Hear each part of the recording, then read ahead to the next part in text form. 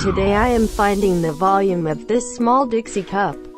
Here is how. The volume, V, is the volume of a large cone, L, minus the volume of a small cone, S.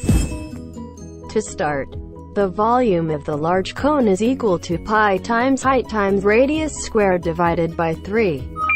This, after all the computation, results in 13.74364910 inches cubed. For the small cone, the same formula is applied, in which the math is done to result in 1.4040415 inches cubed. Now we can do the final subtraction. To complete the video, the volume of this Dixie cup is 12.3396075 inches cubed.